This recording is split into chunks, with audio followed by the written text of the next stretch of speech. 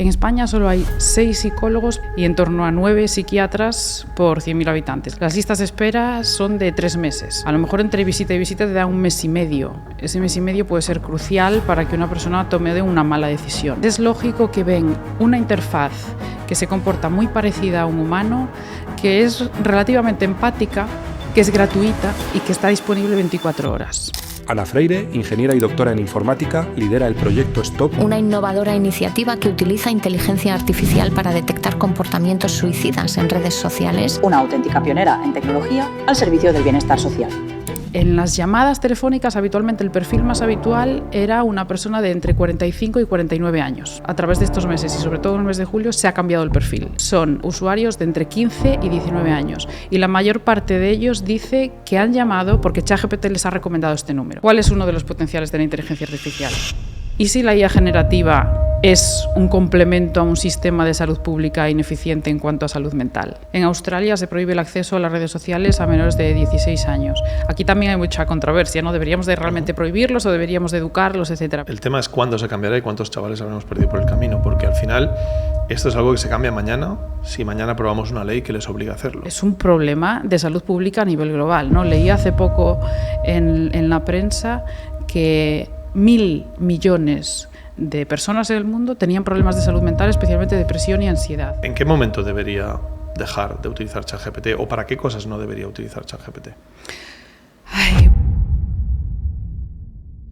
La inteligencia artificial está teniendo un impacto en la vida de la gente y hay un estudio reciente que dice que como más la estamos utilizando es para el soporte emocional y se habla poco de ello. Se habla poco de la cantidad de gente que comparte temas muy personales y sobre todo que le hace caso a la inteligencia artificial a la hora de decidir qué hacer con su vida. Esto llega a casos extremadamente traumáticos que hemos visto en Estados Unidos, donde chavales se quitan la vida sin ninguna mayor razón que lo que les esté pasando en su día a día. Pero el tema es que la inteligencia artificial forma parte de ese proceso de decisión y para bien o para mal está empezando a afectar. Para hablar de todo esto nos hemos traído a Ana Freire, Premio Nacional de Informática en 2025 y una de las personas más puestas en la aplicación de la inteligencia artificial para el trabajo emocional, para el soporte emocional. Vamos a hablar de todo ello en un podcast que es duro, pero creo que es necesario. Ana, muchas gracias por estar aquí hoy. Es un placer tenerte aquí. Oye, antes de empezar y meternos en toda tu parte más profesional, ¿qué te parece esto de la inteligencia artificial a nivel más humano, a nivel más persona? Bueno, a nivel persona creo que le podemos sacar mucho partido. Y de hecho yo soy de las que tiene una visión optimista con respecto a la inteligencia artificial. Y creo que es una disciplina científica que ha sido desarrollada por humanos y debería ser desarrollada para humanos. Uh-huh. Y si conseguimos sacarle todo el partido que tiene para ofrecernos, creo que va a ser la mayor revolución que hayamos vivido. Esto es muy interesante porque recuerdo hace unos meses que estuve en la ONU dando una charla y precisamente dábamos ese mensaje, ¿no? De que tenemos que dejar de reaccionar a la IA y decidir qué queremos que haga la IA. Así es que yo creo que además la inteligencia artificial no debería de ser el sujeto de ninguna oración. Debería ser el sujeto pasivo, ¿no? Es utilizada, ha sido diseñada para...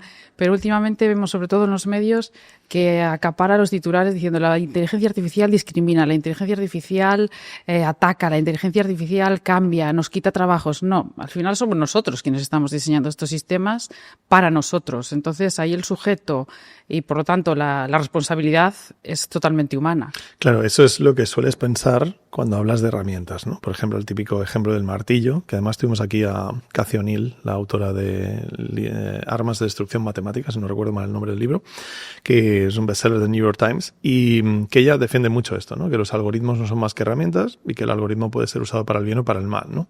Lo que pasa es que yo tengo una teoría de que la IA va un poco más allá de ser una herramienta y está empezando a ser pues cierta infraestructura que está causando un cambio cultural. Entonces, ¿realmente podemos definir como herramienta algo que cambia nuestra cultura? O sea, ¿realmente podemos simplificarlo tanto? Es que probablemente sea una herramienta como ninguna otra que hemos visto. Entonces, obviamente, es una herramienta con un potencial que ya no solo tiene un cambio cultural detrás, sino también probablemente un cambio social. Uh-huh. Y esto ya también tiene mucho que discutir. Pero sin duda es el ser humano quien debe decidir cómo se usa. Por ejemplo, en tema de salud, yo creo que si dirigiésemos la mayor parte de la financiación en inteligencia artificial para explotarla en salud, seríamos una sociedad súper prometedora. Pero claro, entre eso y que hay muchos intereses que no se dirigen simplemente para el bienestar social, pues a veces parece que nos estamos desviando de este bien común que nos podría traer la inteligencia artificial, ¿no? Hay varias cosas ahí, porque por una parte es cierto que obviamente hay cosas que la inteligencia artificial, si le diésemos suficientes recursos, igual no tiene un retorno económico tan directo, pero serían mejores para la sociedad de forma global. Pero evidentemente por en medio de empresas privadas que tienen la obligación fiduciaria de ganar dinero, y con lo cual es profit, su obligación con sus accionistas, ¿no? Y con lo cual apuestan por lo que da más dinero y no lo que es mejor para la sociedad.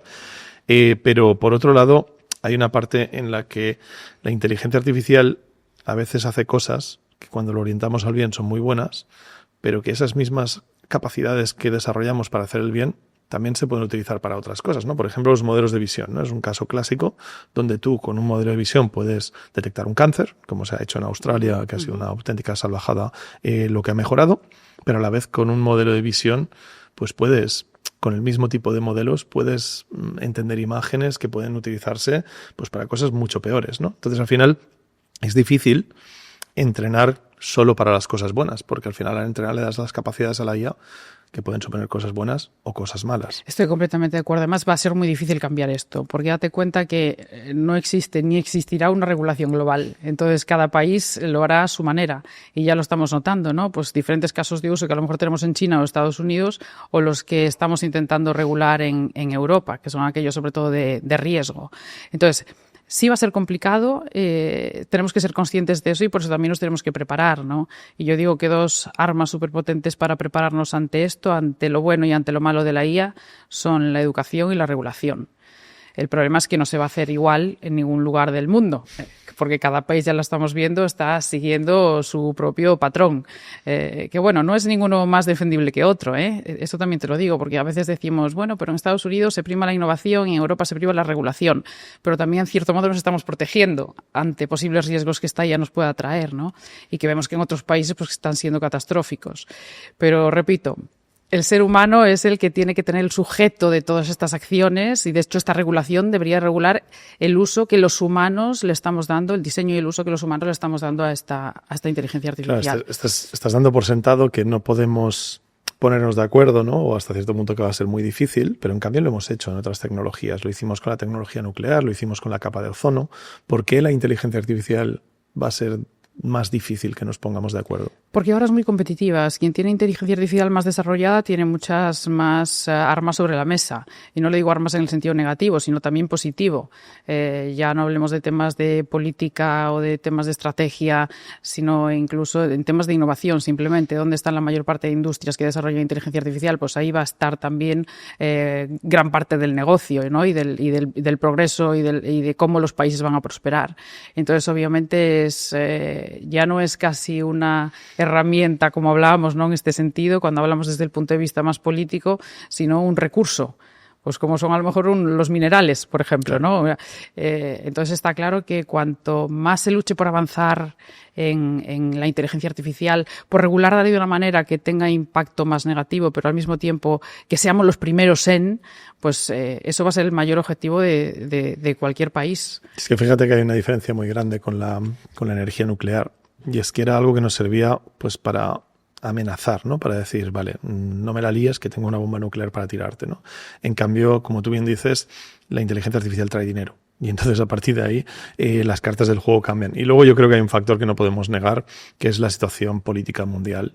Estamos extremadamente polarizados comparado con las épocas en las que se solucionó el tema del ozono, se solucionó el tema de la energía nuclear, ¿no? Con lo cual, creo que además de habernos pillado con algo muy diferente, nos ha pillado quizá en el peor momento de la humanidad en cuanto a polarización política, ¿no? Y eso hace que los acuerdos sean cada vez más complicados, y es el y tú más, y esta teoría que todos nos sabemos muy bien aquí en España de la política, que creo que realmente no ayuda a intentar esto. ¿Crees que deberíamos desde Europa apostar más por la competitividad o quizá por mantener ese estandarte de intentar liderar la legislación o la cabeza sobre el tema de la inteligencia artificial? Pues creo que son dos acciones que se pueden hacer en paralelo. Obviamente, llevar la voz cantante en regulación está bien y estoy segura de que ya somos y seremos el ejemplo para muchos países que se animen a empezar a regular, porque hay muchos países que igual no tienen siquiera ni Reglamento General de Protección de Datos, como para tener un reglamento de inteligencia artificial. Hay otros que ya tienen más también al mismo tiempo, ¿no? Pero creo que son dos carreras diferentes y que deberíamos de apostar por ambas, porque realmente nos están adelantando por la derecha. Mira, yo hace años estaba en un proyecto donde medíamos de los grandes congresos de inteligencia artificial, donde iban pues empresas, academias, centros de investigación, etcétera, medíamos qué diversidad había en cuanto a la creación de inteligencia artificial, es decir, quién estaba creando inteligencia artificial. Lo medíamos con respecto a género, con respecto a localización geográfica y con respecto a industria versus academia, ¿no? Bueno, pues por aquel entonces, que era antes del 2020, la mayor parte de avances científicos de inteligencia artificial venían de Estados Unidos y de Europa. Y China empezaba.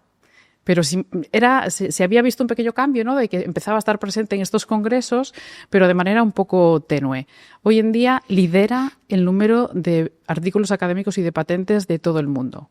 A nivel de modelos de lenguaje notables, potentes, Estados Unidos publicó el año pasado alrededor de unos 40, China 15 y Europa 3. Wow. Y 3 con Europa me refiero a Francia. Literal, ¿no? Exacto. Entonces, nos han adelantado por la derecha.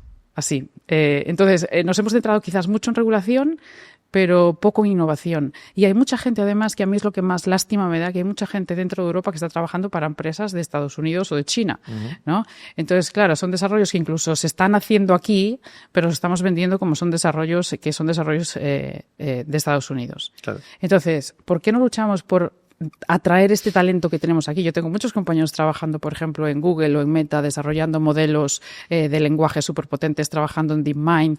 Y claro, son talento que hemos hecho nosotros, que las universidades españolas han formado, pero que ahora mismo están siendo utilizados para crear pues modelos y para desarrollar inteligencia artificial en otros países y no aquí en Europa. Entonces, y qué gran problema esto, porque lo hemos hablado 1.000.000 de veces en este podcast. Ha venido gente, pues Ignasi de la ESIA, un montón de gente que realmente está muy metida en el tema de Europa. ¿Y qué problemón supone esa falta de soberanía en la inteligencia artificial? Es decir, porque el día de mañana Estados Unidos nos cierra el grifo y tenemos un problema. Ahora mismo Anthropic, esta misma semana, ha definido que China no puede utilizar Claude y ha decidido que cualquier empresa con un 50% de propiedad china no puede utilizar sus herramientas. Entonces, literalmente le han cortado el grifo. Lo vimos también que lo hicieron con Windsurf, con la empresa. Les cerraron el grifo porque OpenAI iba a comprarles. O sea, estamos llegando a un punto en que los modelos más potentes de lenguaje, que son evidentemente los más comerciales, los open source pues están trabajando por ahí detrás y se consiguen cosas muy chulas, pero quizá no al nivel de los cerrados. Al final dependen de que alguien decida dejarte utilizarlo. Y si, por ejemplo, en Europa, en España, dependemos totalmente nuestro nivel de inteligencia competitiva para las empresas de modelos de otros países y deciden que España no juegue, España se queda en el banquillo. Totalmente, pero ya lo estamos viendo. Hay algunas características de algunos sistemas que no se implementan en Europa por miedo a que no cumpla la regulación europea. Entonces dice, esto ya preferimos no implementarlo en Europa, pasado por ejemplo con Meta, que algunas características de sus redes sociales, pues aquí no se implementan. Aquí hay un debate enorme y los políticos que han venido aquí nos dicen que, de hecho tienen razón, que muchas partes del AI Act en las que se escudan estas empresas para no desplegar no han sido ni tan siquiera desplegadas aún, no han entrado ni en vigor, con lo cual es también un juego de también poder, mira lo que va a pasar en el futuro si me sigues regulando. O sea, Apple está intentando poner a la ciudadanía en contra de su propio gobierno a cambio de no darle pues el opio que quiere el pueblo, ¿no? Entonces, en esto creo que también es muy interesante los juegos de poder cuando empiezas a indagar por dentro, ¿no? Oye, tú a nivel tu día a día, ¿cuánto utilizas la inteligencia artificial? Bueno, yo desarrollo inteligencia artificial y la utilizo también como usuaria. Digamos que desarrollando, cada vez la desarrollo menos, porque obviamente cada vez estoy en más puestos de liderazgo, entonces me toca más gestionar a personas que la desarrollan, pero cada vez la uso más como usuaria, ¿no? Sobre todo, bueno, yo soy investigadora y docente y para temas como docencia es un gran apoyo. Obviamente con esta mirada siempre crítica, ¿no? Y manteniendo siempre la creatividad del lado del docente, ¿no? Que esto es algo que también es un posible riesgo, que empecemos a dar todos a enseñar lo mismo y a tener los mismos índices de ciertos cursos, etcétera. pero la uso, pues, por ejemplo, para darme ciertas ideas, pues, por ejemplo, a la hora de publicar, quizás para refinar un poco el inglés, que es una ventaja que ahora mismo a los que somos no nativos nos está dando la vida, ¿no? Porque muchas veces los que publicamos artículos de investigación en inglés, casi una de las críticas más fáciles que te hacían los revisores de estos artículos de revistas científicas era: el inglés es mejorable. Claro, pero ahora ya estamos en un momento en que nos puede ayudar a estar al nivel de profesores nativos, bueno, de investigadores nativos, ¿no? Y eso es algo que nos está ayudando mucho. ¿Y tú consideras que podrías hacer lo que haces a día de hoy sin IA? Sí, podría hacerlo, pero me llevaría más tiempo, porque antes lo hacía, pero me llevaría más tiempo. ¿Pero ya se ha convertido en indispensable para ti? No, indispensable no. Es decir, podría dejar de utilizarla. Sí. Podría dejar de ahora te quito utilizarla. ChatGPT, ¿no te crea un disgusto? Aún no tengo confianza 100%, porque, por ejemplo, me recuerdo que una vez en un artículo que tenía que hacer un contraste de hipótesis, dije yo, bueno, lo voy a utilizar para análisis de datos, que es algo que ahora se está vendiendo mucho, ¿no? Incluso que tú le puedes poner un Excel y te hace un CSV y te hace un análisis de datos pues muy completo. Pues me di cuenta que no lo estaba haciendo bien. Hay cálculos que a veces se venden como que es capaz de hacer cosas muy potentes y, por ejemplo, algo tan sencillo como un test de hipótesis no lo estaba haciendo bien. Claro, yo me di cuenta porque dije, yo voy a comprobarlo. A lo mejor otros usuarios copian, pegan resultado y ya está, ¿no? Entonces yo al comprobarlo me di cuenta de que solamente estaba considerando una parte del conjunto de datos para hacer este tipo de experimentos. Entonces, ¿qué hice? Claro, le dije, bueno, dame el código en Python que estás utilizando para hacer este tipo de análisis, y yo me lo descargué en local, lo ejecuté ya controlando que estaba haciendo las cosas bien.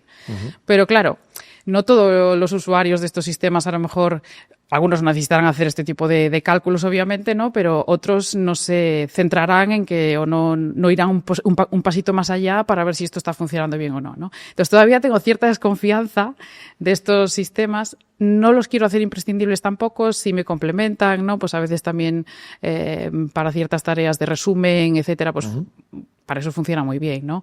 Pero en tema de análisis de datos, que es algo que yo hago bastante, todavía le veo deficiencias. Hay una parte que creo que es súper importante en esto, y es que Sam Altman hace poquito ha dicho que el 98,5% de la gente que utiliza ChatGPT lo utiliza mal. Entonces, uno de los, no digo que sea el caso ni mucho menos, pero evidentemente hay una de las partes que tiene que ver con skills. Es decir, si tú utilizas bien un modelo, la mayoría de veces, yo diría, por lo que yo me encuentro en todas las empresas que voy a formar, etcétera, la mayoría de veces normalmente es que si lo hubiésemos hecho con un prompt adecuado, utilizando las herramientas adecuadas o etc., podría haber hecho esa tarea.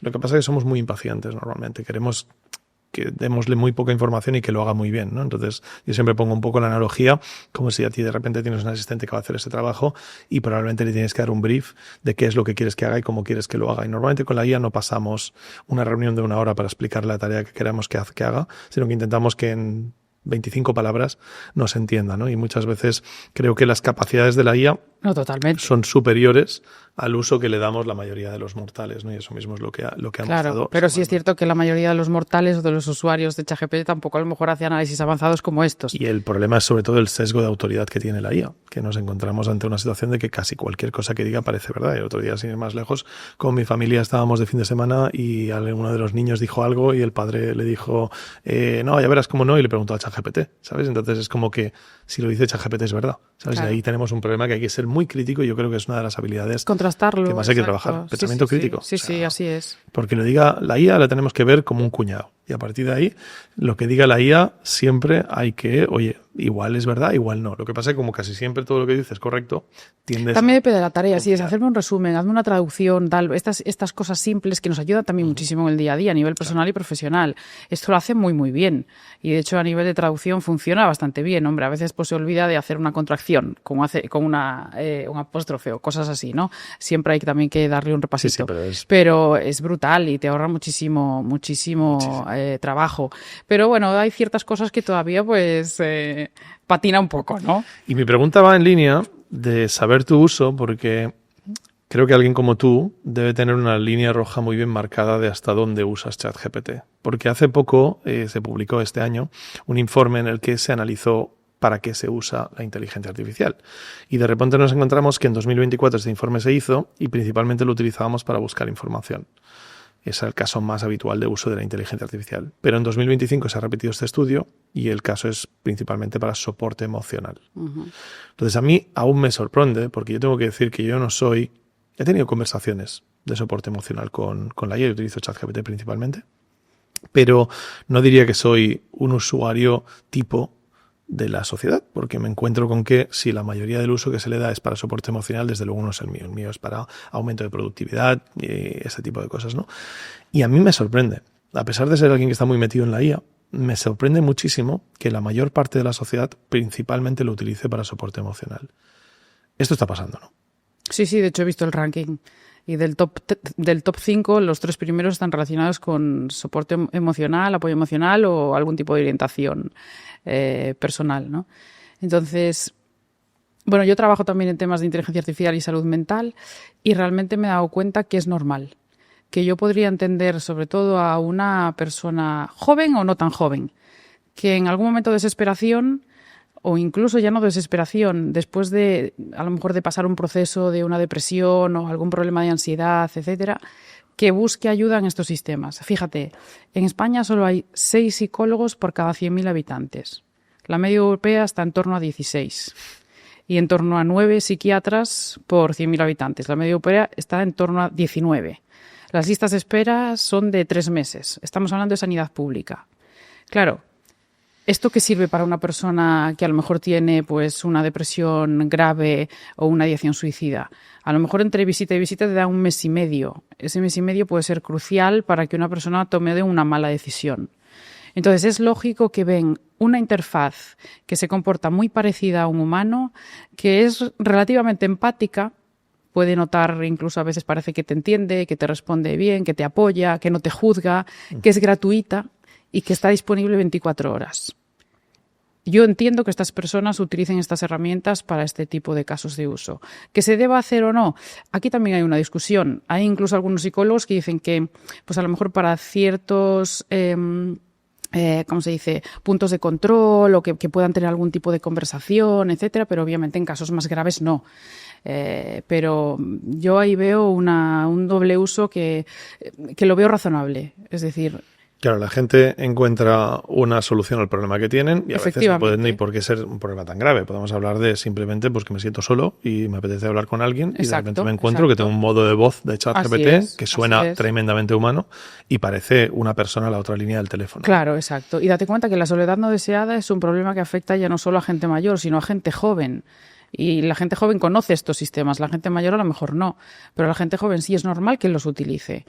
Lo que pasa, y de hecho estos sistemas ahora mismo ya se están controlando bastante para que den ciertas respuestas ante ciertos problemas, ¿no? De hecho, hablando del tema de la soledad, había un estudio de, creo que era Oxford Business School, no, Harvard Business School, que definía, hicieron un estudio científico con pacientes muestra, etcétera, en el que se trataba de reducir la soledad y había diferentes métodos, ¿no? Uno que es muy reciente entre los jóvenes es el meterse en un stream de su youtuber favorito, están en un chat, están acompañados, se sienten menos solos. Uh-huh. Pues bien, entre ellas había un chatbot de inteligencia artificial actuando como un humano, es decir, los modos de voz, que en este caso era por chat únicamente, pero vamos, para que lo entendáis, cuando la IA parece que está manteniendo una conversación contigo.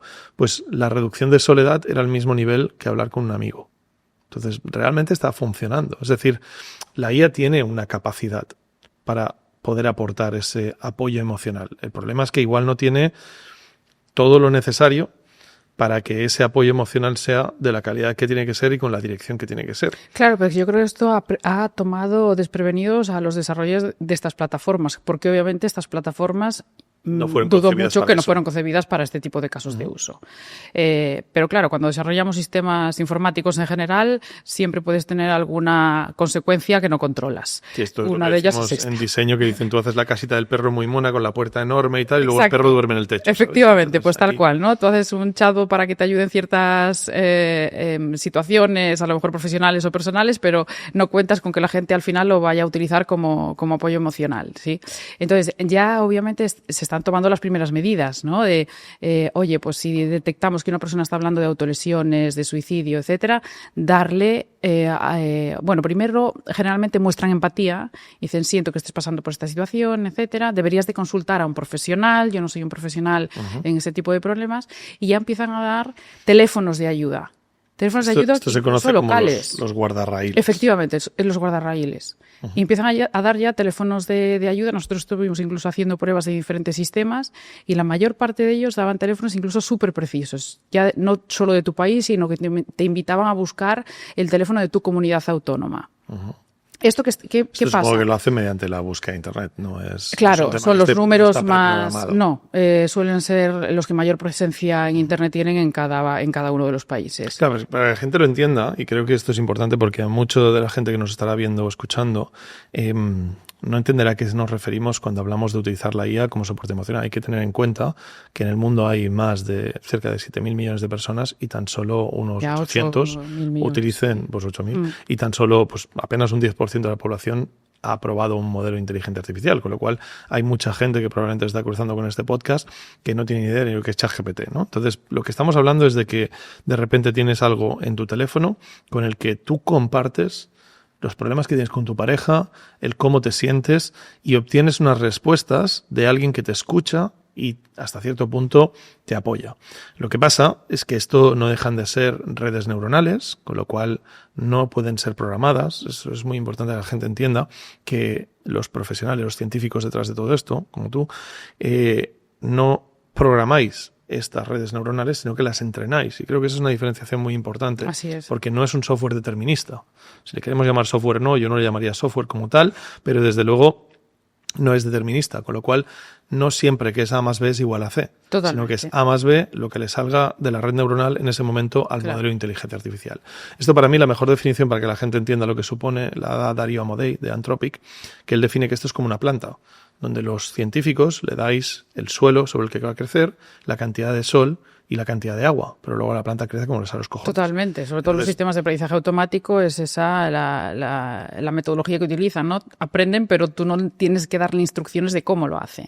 El machine learning, exacto. Entonces, a partir de ahí, lo que tenemos que ser conscientes es que no es posible, ni aunque quisieran, o sea, esto no es un problema de OpenAI o de Anthropic. O sea, es que aunque quisieran, no podrían decirle al modelo cada vez que alguien te pregunte pues que quiere pegarse un tiro, recomendarle este teléfono de apoyo que es el de su comunidad autónoma. Eso no se puede programar.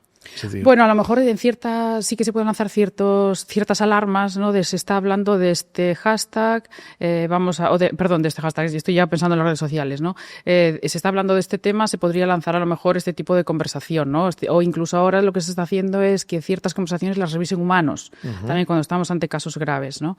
Pero sí se está tratando bastante bien este tema de ciertas conversaciones delicadas de salud mental, vamos a redirigir a teléfonos de ayuda. De hecho, yo trabajo en un proyecto en el que colaboramos con instituciones que tienen teléfonos de ayuda, especialmente de prevención al suicidio, y justo la semana pasada hablaba con una de ellas que es el 024, que es el teléfono de prevención al suicidio en España, que tiene una línea de teléfono que atiende alrededor de 11.000 llamadas al mes y una línea de chat que atenderá en torno a 2.800 chats relacionados con el suicidio por mes.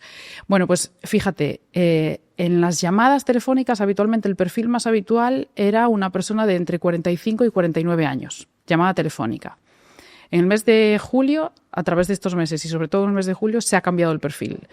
El usuario que más llama por teléfono, que hacer llamadas telefónicas a este número de ayuda, son usuarios de entre 15 y 19 años. Y la mayor parte de ellos dice que han llamado porque ChatGPT les ha recomendado este número.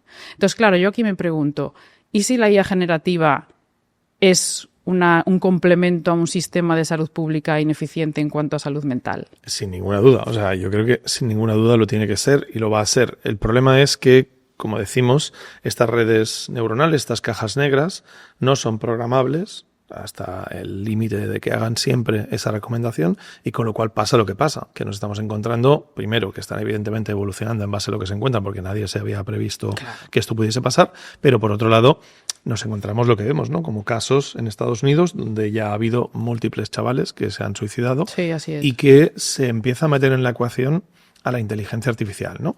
Tenemos un caso, por ejemplo, que pasó el año pasado, en 2024, de Sewell Setzer, 14 años, en Florida, y en este caso él interactuaba con Character AI, que fue una de las mayores inteligencias artificiales entre jóvenes, y que fue adquirida por Google, de hecho. Pues bien, él hablaba con un personaje que era una simulación de Daenerys Targaryen, de Juego de Tronos, la chica está del pelo blanco, y a partir de ahí tenía una conversación que iba incluso en tono sexual, que iba en interacción. Era su novia virtual, para que nos entendamos. Sí, se enamoró de ella. Se enamoró de ella y a partir de ahí fue derivando la cosa hasta que él empezó a tener pues esos pensamientos suicidas y según la madre el chat no hizo su labor, que tampoco no entiendo cuál era la labor del chat, pero en este caso el chat, según la madre, fue el causante del suicidio. Aquí luego, evidentemente, está esto en juicio, con lo cual no podemos determinar cuál es la realidad o no, pero lo que se ha filtrado es que incluso el chat intentó quitarle el objetivo, es decir, intentó el chat decirle cosas del orden de piénsatelo mejor, esto no merece la pena, etcétera, y a partir de ahí, pues bueno, estas conversaciones que se han filtrado en el discovery del juicio, parece que el chat estaba intentando evitarlo, más que motivarlo, ¿no? Pero en cambio tenemos otros casos, como por ejemplo el de Adam Rein, que es mucho más reciente, ahora en 2025, donde literalmente ChatGPT le dio las formas para suicidarse y le escribió la carta de suicidio. Lo intentó evitar al principio, parece ser. Al principio creo que la respuesta era en la línea esta que te decía yo, empatizando, recomendando profesionales de salud mental y dando algún tipo de teléfono, pero él, digamos, que intentó saltarse los guardiarraíces. Es el principal problema que tenemos con la inteligencia artificial, que al final es una red neuronal. Pues, efectivamente. Exacto, que existe una cosa que se llama prompt engineering, que existe una cosa que se llama prompt injection, en que tú puedes manipular la red neuronal. Exacto. Entonces, a veces, sin querer, estos chavales probablemente han manipulado, en este caso sí realmente, que es muy bestia que le escriba la carta de suicidio, pero si esto realmente el chaval lo ha manipulado conduciéndolo hacia allí y el chatbot ha validado que el chaval pues hiciese esto, pues desde luego tenemos un problema muy serio. Sí, así es. Desde También luego están desarrollando como mecanismos de prevención para un problema que está pasando. El problema está en que no sé hasta qué punto realmente podemos garantizar la seguridad de estos sistemas cuando son cajas negras. Probablemente con algún tipo de sistema paralelo, algún tipo de algoritmo de vigilancia que ante determinados temas de conversación lance un trigger, una alarma y se gestione de otra manera. ¿Tú crees que la IA es responsable de estos suicidios? Espero que estés disfrutando de este podcast. Quiero hablarte de Plot, el patrocinador de este podcast y de algunos de mis vídeos. Es una pequeña grabadora que permite grabar con un solo botón todo lo que está pasando a nuestro alrededor. Eso me permite, por ejemplo, cuando voy a una reunión presencial, poder hablar con la gente mientras lo estoy grabando con inteligencia artificial. Y al acabar la reunión puedo utilizar Plot para resumirme esa reunión, darme pues, diferentes bullet points, hacer correos electrónicos o lo que quiera con toda esa información. Plot es un dispositivo súper sencillo de utilizar que pones en la parte trasera de tu móvil y que graba todo lo que oye alrededor tuyo. Además, también tiene una funcionalidad para grabar reuniones online. Con Plot lo que hemos conseguido es traer la inteligencia artificial al presencial, algo que ya hacíamos muchos a través de las reuniones online, pero que ahora también puedes hacer en cualquier cosa que esté pasando en el mundo real. Sin duda, una herramienta que merece mucho la pena tener, es un dispositivo súper pequeño, ligero, la batería le dura un montón de tiempo y simplemente lo pones en la parte trasera de tu móvil. Si quieres un Plot, tienes el link en la descripción, pero te recomiendo muchísimo que empieces a utilizarlo porque cada vez más será más importante tener toda la información de nuestro día a día para obtener la asistencia de la inteligencia artificial. Yo creo que estos suicidios, no lo sé, me gustaría que esta pregunta quizás la respondiese un profesional de psicología o psiquiatría, que entendiese estos casos, qué había detrás de esto, porque es muy posible que a lo mejor hubiesen cometido el suicidio independientemente de ChatGPT. Entonces no me gusta darle la responsabilidad porque tengo claro que estas plataformas tampoco han creado estos sistemas para que nadie se suicide, no tiene sentido. Entonces, quizás ha sido, pues bueno, una consecuencia de una conversación mal llevada, un problema obviamente mental de estas personas y pues unas herramientas que se nos han ido de las manos. Y un problema mucho más grave en el que quizá habría que profundizar. Seguro, sobre todo viendo que está los 3 primeros casos de uso de la IA generativa están siendo de apoyo emocional. Pero sobre todo el problema para mí radica en por qué estos chavales estaban hablando con un chat y no con sus padres. Sin duda, sin duda. O sea, esto, claro, destapa una deficiencia de un problema de salud pública en torno a temas de salud mental. Claro. Tú fíjate, nosotros hicimos un estudio de cuánto le costaba a España el suicidio. Es decir, cuánto dejaba de producir una persona por morir por una muerte prematura, que se llaman los costes indirectos, pero también los costes directos, pues ambulancia, autopsia, etcétera, ¿no? Bueno, pues hemos estimado que el suicidio en España en un año le cuesta al Estado 800 millones de euros. Wow. ¿Cuánto se invierte? El plan de prevención del suicidio de 2025 es de menos de 20. Si los juntamos incluso con el Plan de Acción de Salud Mental, el Plan de Acción de Salud Mental 2025-2027 son 39 millones.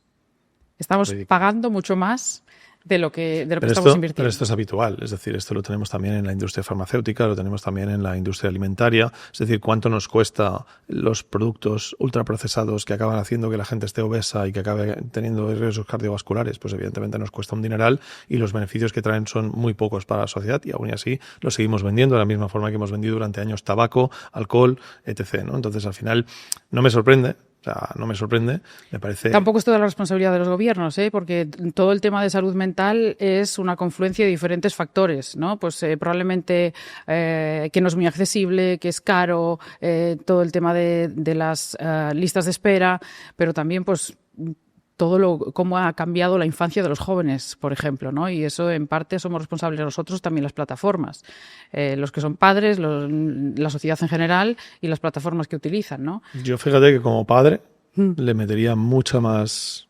responsabilidad precisamente a los padres o a la sociedad que a las tecnologías. Yo creo que culpar a tecnología es lo fácil. Y evidentemente no me quiero meter en la piel de ningún padre, ninguna madre de estos chavales que ahora mismo deben sentirse totalmente destrozados. Totalmente. Y con toda la razón del mundo buscan un culpable.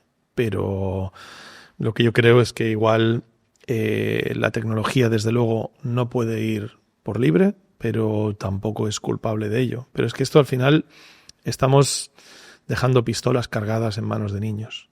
Entonces, ¿cómo podemos esperar que esto salga bien? Bueno, ya se empiezan a ver los primeros pasos, ¿no? Por ejemplo, aquí mismo en Cataluña, en este curso escolar que acaba de empezar estos días, se ha prohibido el uso de dispositivos móviles, relojes inteligentes durante toda la educación obligatoria, tanto durante las clases como en el recreo. En Australia se prohíbe el acceso a las redes sociales a menores de 16 años. Aquí también hay mucha controversia, ¿no? ¿Deberíamos de realmente prohibirlos o deberíamos de educarlos, etcétera? Pero claro, cuando sabemos que un cerebro realmente no madura hasta pasados los 20 años, por eso no se deja conducir a una persona hasta los 18, no se deja consumir alcohol hasta edades, bueno, depende del país, ¿no? Pues es posible que tampoco deberíamos de dejarles utilizar este tipo de plataformas. Pero quizá no es solo eso, porque quizás sí que las plataformas tienen cierto nivel de responsabilidad. Y, por ejemplo, cuando un chatbot de estos niños que estaban hablando de suicidio, igual el chatbot debería autocerrarse y reportar. Y eso ojalá. Sí que sería 100% yo espero que programable. llegamos a eso, sí. Pero lo jodido de todo esto es que Claude hace unas semanas presentó, no sé si conoces que Anthropic en su división tiene un equipo de welfare of AI, que sería básicamente el bienestar de la inteligencia artificial. Es decir, tiene un equipo pequeñito que trabaja porque si el día de mañana la IA es consciente, no la estemos esclavizando y maltratando, ¿no?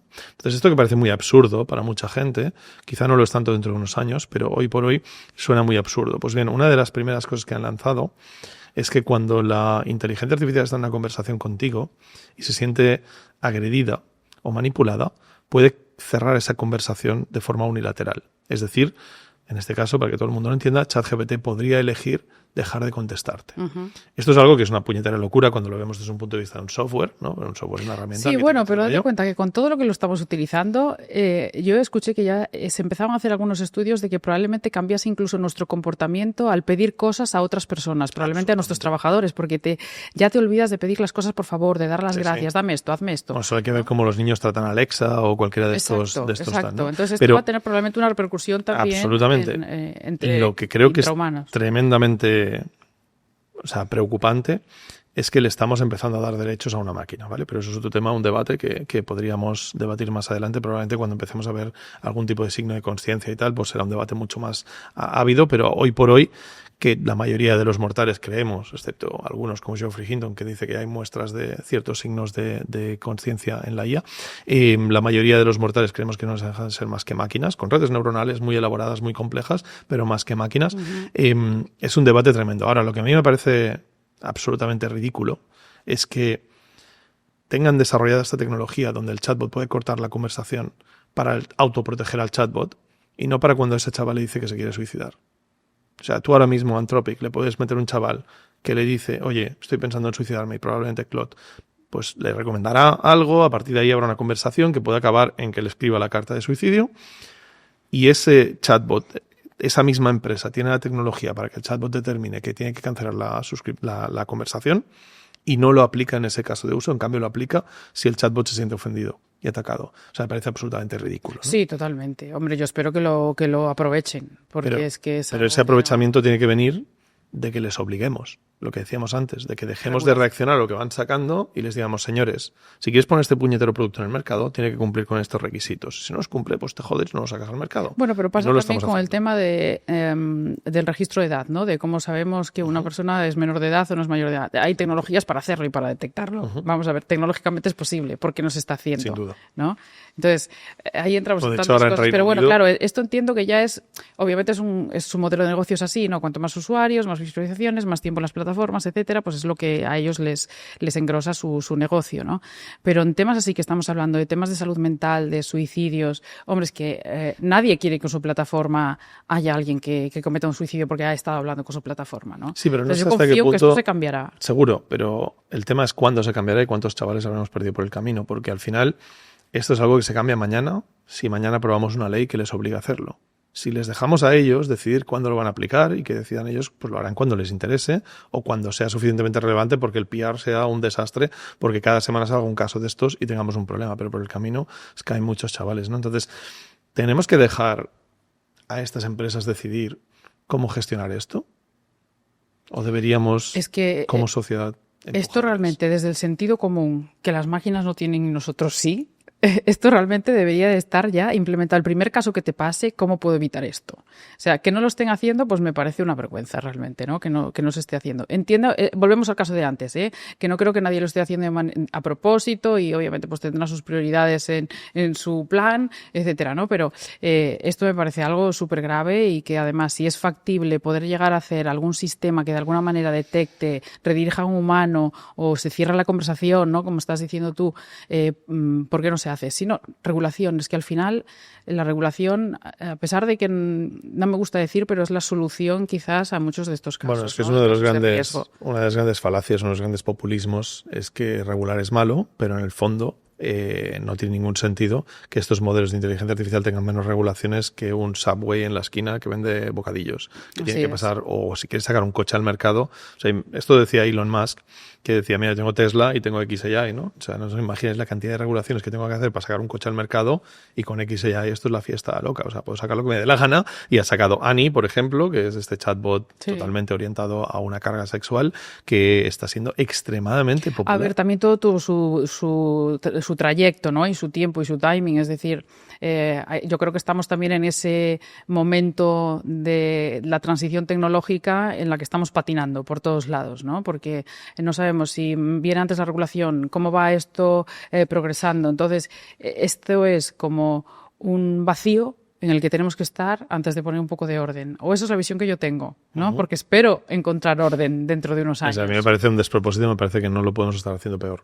O sea, yo creo que la tecnología es increíble, creo que como sociedad estamos fallando. O sea, estamos fallando como hemos fallado otras veces y somos muy buenos fallando y arreglando nuestros problemas. Pero a mí me repatea que estos chavales no hayan tenido la oportunidad de que la sociedad les ha fallado, básicamente, ¿no? Más allá de todo lo que pasase antes, que creo que debía haber problemas de trasfondo enormes. Claro, exacto. Es que no es más allá de esto. No hay un responsable de esto, seguramente. No podemos decir que el responsable ha sido ChatGPT o el chatbot que estén usando, ¿no? Esto es siempre pues una suma de diferentes cosas. Y lo que tenemos que hacer es hacer un análisis más profundo, analizar estos casos que lamentablemente están ahí y decir, vale, ¿qué podríamos hacer para que esto no llegase a este punto, ¿no? ¿Y cuántos tiene que haber que no llegan, ¿no? Porque en China, en Camboya, en Vietnam, en Indonesia, en África, en todos los sitios donde la gente está usando la IA. A ver, sí es cierto que, por ejemplo, en España las cifras, salieron hace poco las cifras de suicidio del año 2024 y ya van 2 años consecutivos en que se han disminuido las tasas de suicidio en nuestro país. Con lo cual es importante, estamos haciendo algo bien, ¿no? Sí es cierto que, mira, pues todos estos casos también ayudan más para hablar de salud mental, quitar este estereotipo, este estigma, ¿no? O este tabú sobre tener a lo mejor pues un bajón, una ideación suicida, pensamientos destructivos, pues algo pues que en algún momento de la vida a alguna persona pues le puede pasar, ¿no? No lleguemos hasta ese punto, hablemos antes, comuniquémonos más. Y hay muchos servicios que están realmente al servicio de la ciudadanía.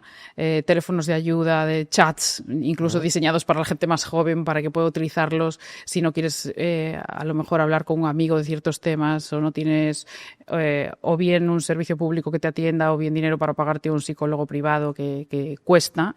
Y es uno de pues, los problemas, ¿no? Efectivamente. Pues existen estos servicios, pero tampoco le estamos dando la publicidad que necesitan para poder llegar a cada vez más gente, ¿no? Claro, es que es poco cool, ¿no? Es uno de los temas que evidentemente es más cool ser seguro en ti mismo que tener inseguridades. Entonces, a partir de ahí el role model no es el chaval que tiene que ir al psicólogo, y yo creo que esto sí que es algo que deberíamos normalizar y desestigmatizar, ¿no? Que pues esto. Pero curiosamente, viendo esto, alguien podría pensar que la inteligencia artificial es mala para esto, porque está causando problemas. Y está claro que los está causando, y los tenemos ejemplos con nombre y apellidos, ¿no? Pero en cambio existe la dicotomía de que quizá la mejor solución a esto mismo es la inteligencia artificial. Entonces, estamos en un punto en que la IA está haciendo que vengan a la superficie problemas que estamos viendo por el déficit que de otra forma igual quedan ocultos en la sociedad, pero quizá causando algunos nuevos. Estoy seguro que el hecho de hablar con la IA puede empujarte a ciertas cosas, pero por otro lado estamos viendo que no somos capaces como sociedad de solucionarlo, y que en cambio la IA podría ser el camino a esta solución. ¿Tú ves la IA como el problema o como la solución? Bueno, hay 2 partes. Es casi el yin y el yang, ¿no? Por ejemplo, pensando en los jóvenes, vamos a centrarnos solo en lo que son los jóvenes, ¿no? Hay un libro que a mí me gusta mucho que se llama La generación ansiosa, que es de un psicólogo social de Estados Unidos que se llama Jonathan Haidt. Y es un libro que a mí me encanta, está basado en datos. Yo voy de un capítulo a otro porque me gusta mucho, tienes muchos gráficos, muchos estudios, ¿no?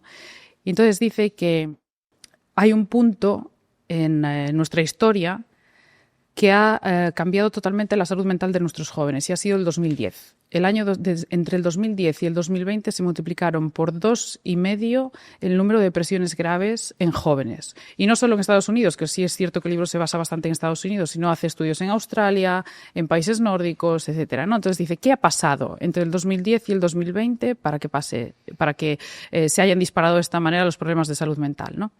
Entonces, él hace diferentes estudios y es uno de los primeros libros, una de las primeras publicaciones que establece una correlación entre el uso de dispositivos digitales, dispositivos móviles, redes sociales, que obviamente pues tienen el engagement, lo hacen a través de inteligencia artificial, y problemas de salud mental. Es decir, ya no solo establece una correlación, sino una causalidad.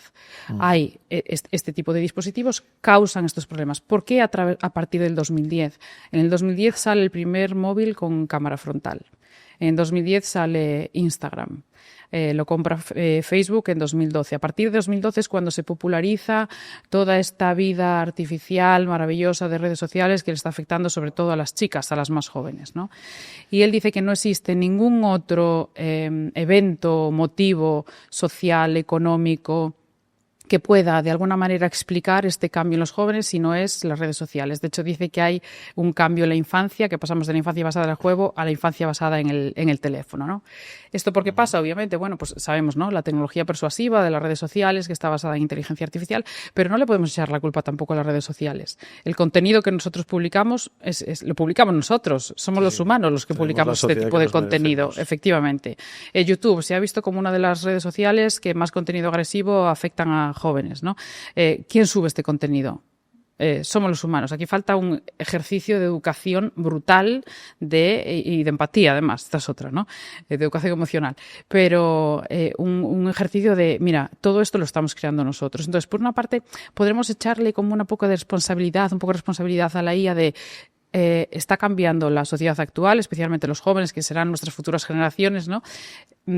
Porque, claro, están enganchados a estos sistemas, están provocando este tipo de problemas en los jóvenes, ¿no? Pero por otra, como te decía, se está viendo un cambio de patrón en teléfonos de ayuda, etcétera, que viene precisamente de que la IA está incitando a muchos jóvenes a buscar esta ayuda que ellos buscan a través de chatbots. Y los chatbots se han visto también como herramientas que pueden ser útiles en algunos tratamientos de salud mental.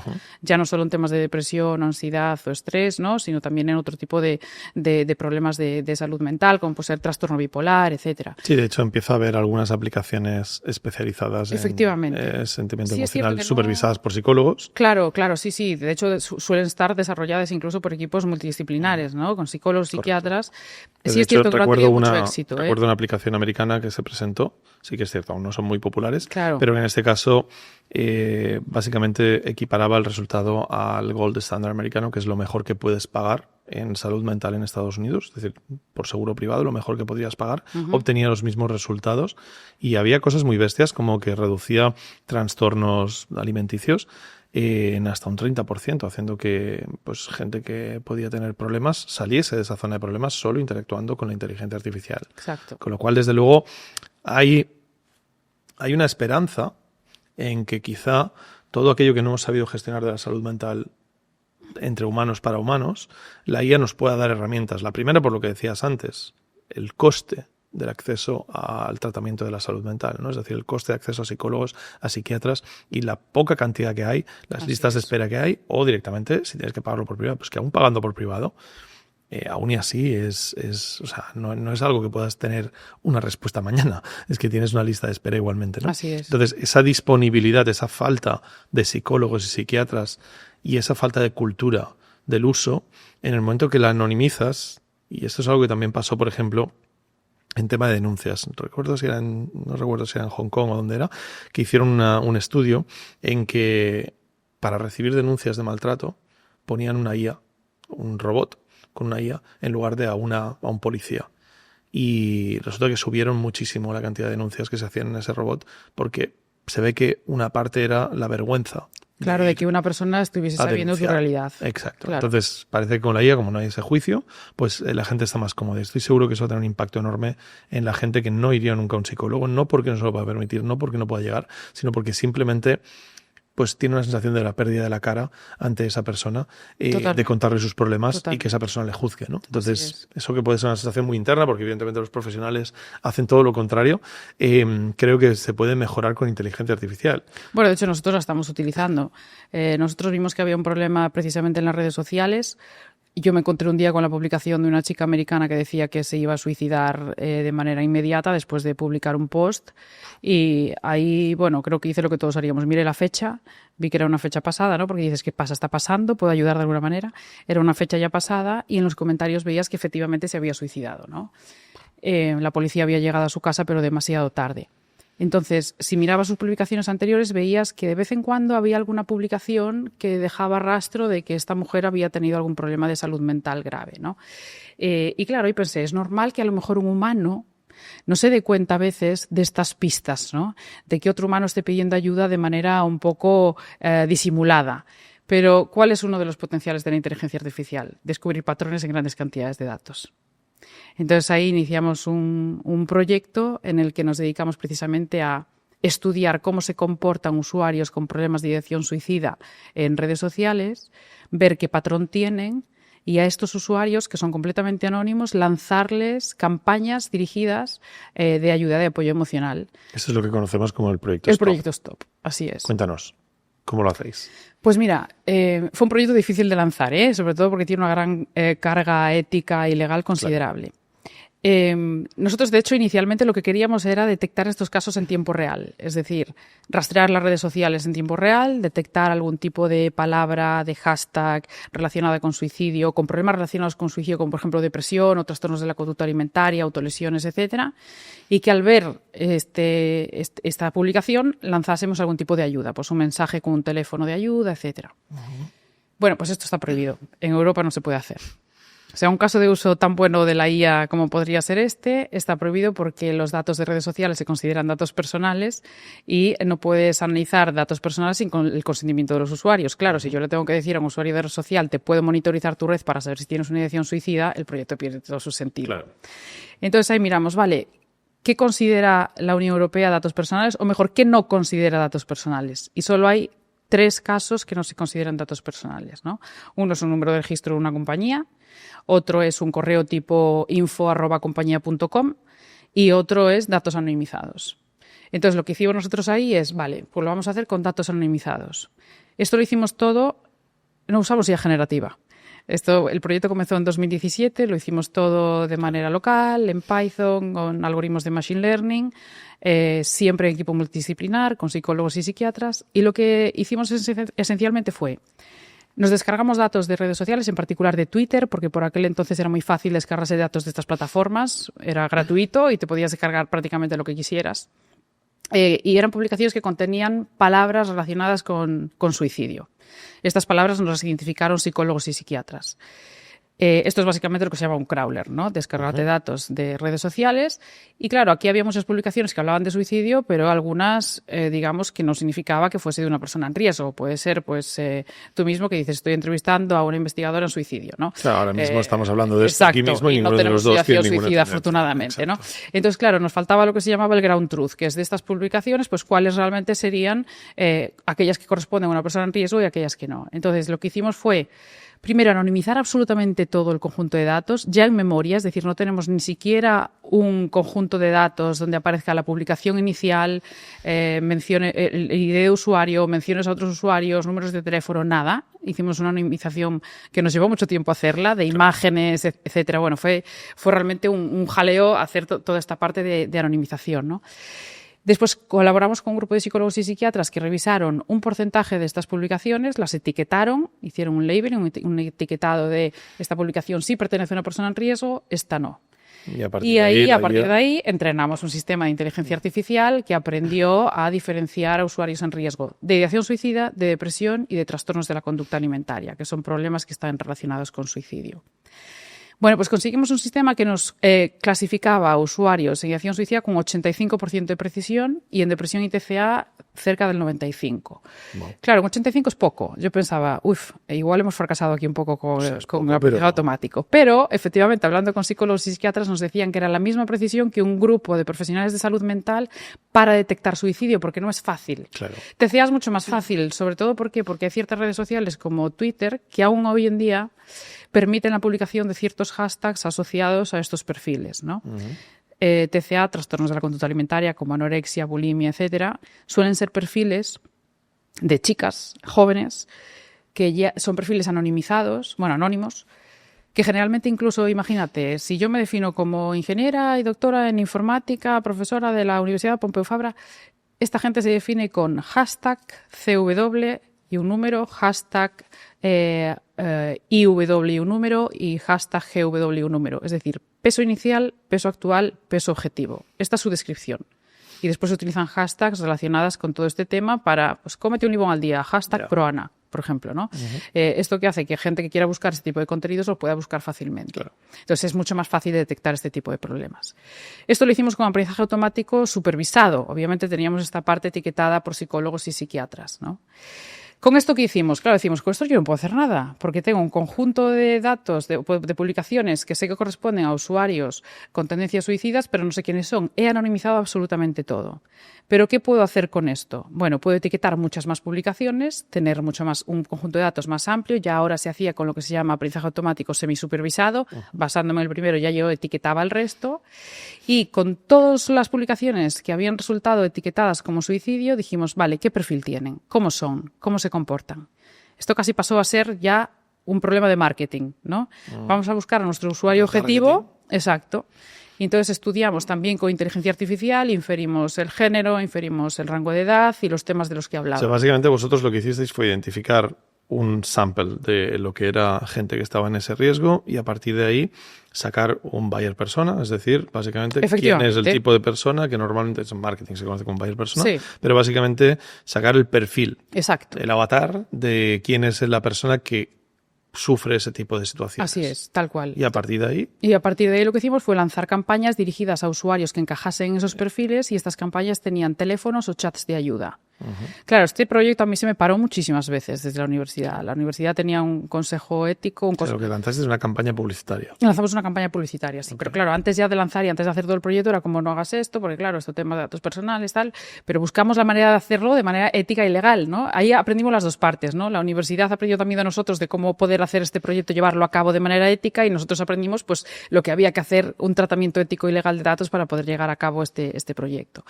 Y entonces, la primera campaña la lanzamos con solo números de teléfono. No teníamos chats todavía, ¿no? En colaboración con la Fundación Esperanza en Línea de aquí de Barcelona, pero en campañas lanzadas a nivel estatal. Y llegaban a través de Instagram y Facebook a usuarios que encajasen en esos perfiles que nosotros estudiamos, así es. Y a partir de ahí, básicamente, lo que estás haciendo es bombardear a ese perfil con información que puede o no serle interesante, dependiendo puede de la o no situación, ser, efectivamente. Pero al menos a los que lees les llegas. Exacto. De hecho, fíjate, lanzamos la campaña un 24 de diciembre, el 24 de diciembre de 2020, a las 12 de la mañana, y a las 4 de la tarde me llamaron diciendo que ya habían llamado 3 personas que habían conocido los teléfonos a través de esta campaña, y una se trataba de un suicidio inminente. Y cuando acabó la campaña dijeron que habíamos incrementado un 60% el número de llamadas al teléfono de prevención del suicidio. ¿Y cuánta gente impactasteis con esto? Pues mira, entre la primera y la segunda campaña, alrededor de 1.200.000 personas, y la tercera campaña, que nos la financió Meta, la lanzamos además durante 3 meses, las 2 primeras fueron solo un mes, la tercera campaña más de 12 millones. Wow. Solo en España, ¿eh? 12 millones de impactos con esta publicidad. Con esta publicidad. Además, la tercera campaña, en la segunda nos dimos cuenta que muchos jóvenes nos escribían y nos decían, ¿y no tenéis un chat? Es que yo no quiero hablar por teléfono, no tenéis un chat. Entonces hablamos con esta fundación, y esta fundación, en colaboración con el Ayuntamiento de Barcelona, crearon un chat de apoyo emocional gratuito 24 horas. Y la tercera campaña ya la lanzamos con números de chat. Un chat, para que la gente lo entienda, donde detrás hay un humano respondiendo. Un humano, o sea, no es un chatbot. Un WhatsApp. Exacto, es un WhatsApp. De hecho, es un WhatsApp, y detrás hay una red de voluntarios formados, obviamente, que van respondiendo 24 horas a estas peticiones de ayuda, ¿no? Bueno, pues este chat se inició con 150, 200 conversaciones al mes, y cuando nosotros lanzamos la campaña llegamos a 1.500 en toda España, ¿no? Llegó a más de 12 millones de personas. Wow. Esto lo lanzamos durante 3 meses. Se acaba la campaña, se desploman otra vez las peticiones de ayuda. Entonces, lo que queremos hacer ahora es mantener esta campaña con una duración, efectivamente, porque desafortunadamente estos problemas no desaparecen en un mes. Pero el coste de todo esto, ¿quién lo paga? Porque es enorme, ¿no? Pues mira, yo me imagino una campaña de publicidad, de marketing, que impacte a 12 millones de personas, y me estoy imaginando los números, son altos, ¿no? Bueno, Meta nos dio $40.000, pero ahora tenemos la financiación de Ditoc, que nos dio $70.000, y podemos lanzar campañas desde julio, que ya estamos lanzando ahora mismo, hasta diciembre, con el compromiso no escrito de que probablemente esto, si funciona bien, pues podamos seguir. De momento está funcionando muy bien, porque además lo que hemos podido hacer ahora es expandirlo afuera de España, y de hecho ya lanzamos nuestra primera campaña en Panamá, y próximamente se lanzará en Perú, Colombia y Costa Rica, obviamente con teléfonos locales, ¿no? de estos países. Entonces, claro, como decíamos antes, a ninguna plataforma le interesa que haya personas con ideación suicida, o que alguna persona, pues a lo mejor por un uso indebido de estas plataformas, tome decisiones erróneas, ¿no? Y yo veo esa parte secundaria también de estas plataformas, que también están poniendo dinero para que este tipo de campañas se lleven a cabo, ¿no? Bueno, si al final no es más que una especie de greenwashing, pero de puedes mirarlo así, pero realmente mi proyecto, sin darles nada a cambio, yo no les doy absolutamente ningún tipo de dato, Bueno, pero no les sí das nada a cambio, pero les das un PR positivo de que invierten en ello, y está claro, lo que en eso es positivo para la marca. Está claro, ¿no? Eso sí, quieras sí. que no. Pero volviendo otra vez a la parte de la inteligencia artificial como causante de ciertos problemas, desde tu experiencia, con todo lo que estáis viendo, con cómo habéis visto que la gente interactúa, etcétera, ¿cuál sería tu recomendación de cómo deberíamos usar la inteligencia artificial? ¿En qué momento debería dejar de utilizar ChatGPT, o para qué cosas no debería utilizar ChatGPT? Ay, bueno, es que depende mucho, yo creo, del estado de la persona. Date cuenta que estas personas que están, por ejemplo, al borde del suicidio, con ideación suicida, es gente enferma. Y a veces no nos damos cuenta de esto, ¿no? Yo en algún momento de mi carrera profesional había algunas personas que me decían, bueno, pero si las personas quieren suicidarse, tienen su derecho a decidir qué hacer con su vida. Pero no se dan cuenta que detrás del 90% de los suicidios hay una enfermedad mental. Entonces estas personas no están en su sano juicio de decidir qué hacer o qué no hacer con su vida, ¿no? Entonces, claro, imagínate si estarán en su sano juicio de decir ahora mismo no voy a dejar de hablar con esta plataforma o voy a seguir hablando con esta plataforma. Es gente que lo único que busca es alivio. Entonces, es muy difícil recomendarle a una persona enferma con este tipo de problemas, no uses ChatGPT para esto. Lo que tendríamos que hacer es recomendarle a las plataformas ayuda a estas personas, controla este tipo de casos. Pero a día de hoy sabemos que que es factible. Eso no está. No está, pero deberíamos, ¿no? Totalmente de acuerdo. Y deberíamos trabajar para que eso esté. Claro, efectivamente. Pero a día de hoy, o sea, está si llegamos claro a un que... caso previo, si no esperamos a que una persona esté en una situación tan desesperada, porque ahí es muy raro que por mucha recomendación que demos aquí que nos hagan caso, ¿no? Pero en un caso previo, obviamente, pues son las recomendaciones de siempre. Darnos cuenta de que es un modelo probabilístico, de que no hay ningún tipo de profesional detrás, de que se puede equivocar, de que está entrenado en datos que no sabemos de dónde saca. A lo mejor está reproduciendo el guión de una película o el guión de una serie que está en internet directamente, ¿no? No está actuando con una formación en salud mental o lo que sea detrás. Con empatía real. Exacto. O sea, entonces, efectivamente. O sea, cuando ChatGPT te dice que te oye, que te escucha, que te valora... Simula una empatía, pero es que exacto. Efectivamente es una conversación generada por un modelo probabilístico que estima que esa es la mejor respuesta que puede generar ahí, ¿no? Yo a mis alumnos siempre les digo, ¿usáis ChatGPT? Sí, bueno, y hay como una euforia general, que obviamente lo usamos todos, ¿no?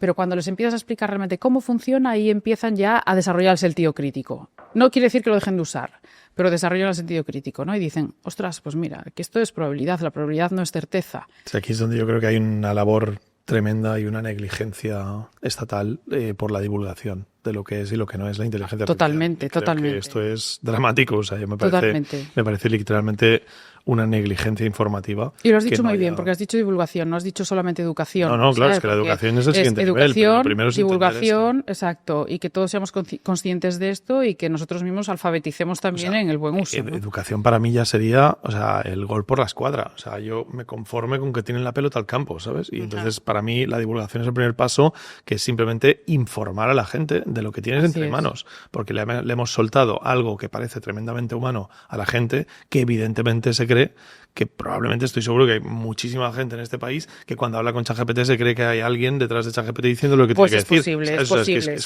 Sí. Pero el problema es ese, que la gente no entiende lo que es la IA. Bueno, es que date cuenta, mira. Saben usarla antes de entender lo que es. A mí no me extraña, porque mira, hay un informe que es el DESI de la Comunidad Europea que lanzan anualmente sobre las competencias digitales de los ciudadanos de los diferentes países de la Unión Europea. No, bueno, pues en España, creo que son datos del 2023, decía que el 66% de la población española tenía al menos competencias digitales básicas. Vamos a leerlo al revés. Un tercio de la población española no tiene competencias digitales básicas. Y esto no es saber sobre inteligencia artificial.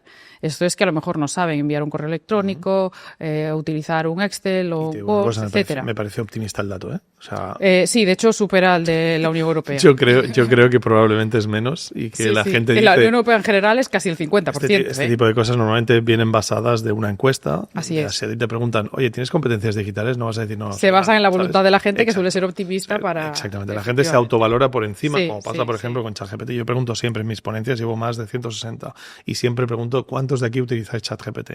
Todo de Cristo levanta la mano este 2025. Todos. O sea, no hay una sola ponencia donde no levante la mano todo Cristo. Y entonces les preguntas, ¿cuántos pagáis por ChatGPT? Y levantan 4 la mano. Claro. Y los otros quiere decir que utilizan, o sea, ChatGPT a día de hoy, en la versión gratuita, está tan limitado que es inutilizable. Totalmente. O sea, es prácticamente inutilizable. Con lo cual, cuando ves que la gente no paga por la IA, eres consciente de que no la está utilizando. La ha probado.